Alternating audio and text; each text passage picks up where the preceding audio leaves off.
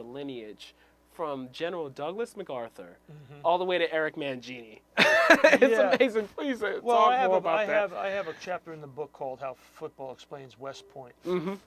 And, you know, military influence in football, of course, is supreme. Right.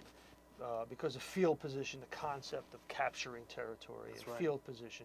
And, you know, the concepts of violence and men in, you know, doing battle with one another. Battle in quotes, of course, because no one's actually firing real bullets at you. Exactly. But, you know, General Douglas MacArthur was appointed the superintendent of the U.S. Military Academy at West Point by Woodrow Wilson after World War I. And Wilson's mandate to MacArthur was clean up sports at West Point. Make sports an important part of what goes on at West Point. You know, I want the men who are going to fight on the fields of battle to be trained on the fields of athletics. And MacArthur picked Red Blake to become the head football coach at Army, and Blake, of course, was the mastermind of all those teams that won national championships. That's right. You know, with in the 1940s with Doc Blanchard and Glenn Davis. Back-to-back Heisman winners. Who, of course, never really made it in pro football. It was kind of interesting, but that's a different story. But then Red Blake hired Vince Lombardi, and Vince Lombardi, of course, coached Mickey Corcoran at St. Cecilia High School in Englewood, New Jersey, and Mickey Corcoran coached Bill Parcells at St. Cecilia High School, and then Parcells went back to West Point, and coached prior to coming into the National Football League. And Parcells hired Bill Belichick, who was also influenced by his father, Steve Belichick, who was an assistant coach at the Naval Academy. And, of course, Belichick hired Eric Mangini, who's now the coach of the New York Jets. So there is a direct DNA. There's a very strong strand of DNA from MacArthur to Mangini that has many offshoots, you know. But with Coach Tom Coughlin, it's one of the offshoots. Huge one. Coach Tom Coughlin, in basketball, Mike Krzyzewski at Duke, and of course the General Robert Montgomery Knight. Robert Montgomery Knight from Indiana, and Parcells and of course Knight are still close friends to this day.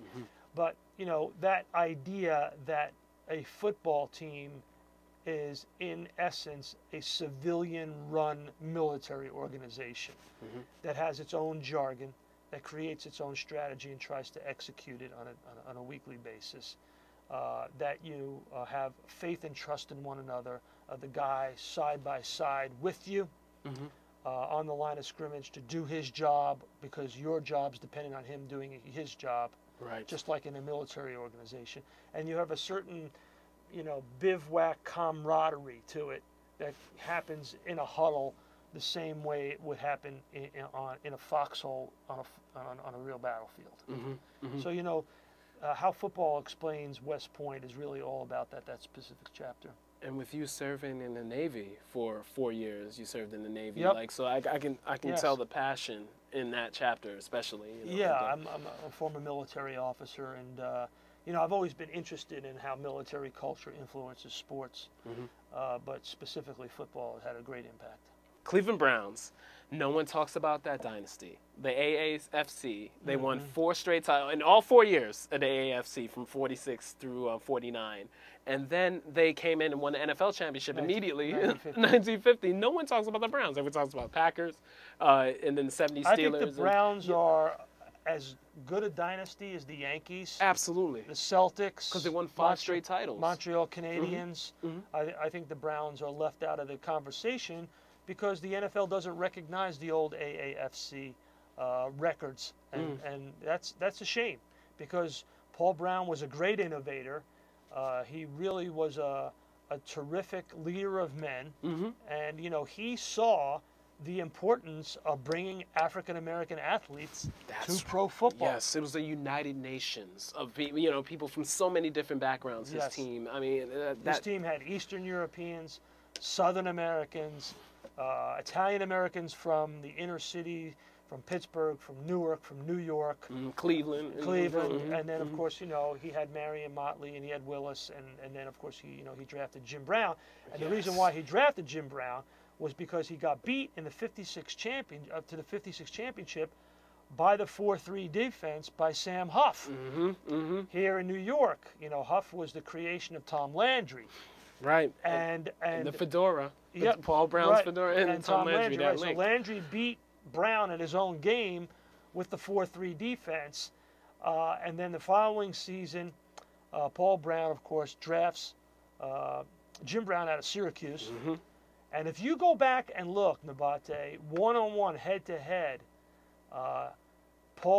Jim Brown against Sam Huff, Brown kills him every time. Yes, indeed. In fact, I wrote a book last year called "How the Most Overrated and Underrated Players, Teams, Coaches, and Moments in NFL History." Still available on Amazon.com, by the way, where I talked about the relationship between Sam Huff and Jim Brown, and I had Sam Huff as the most overrated linebacker of all time because of that.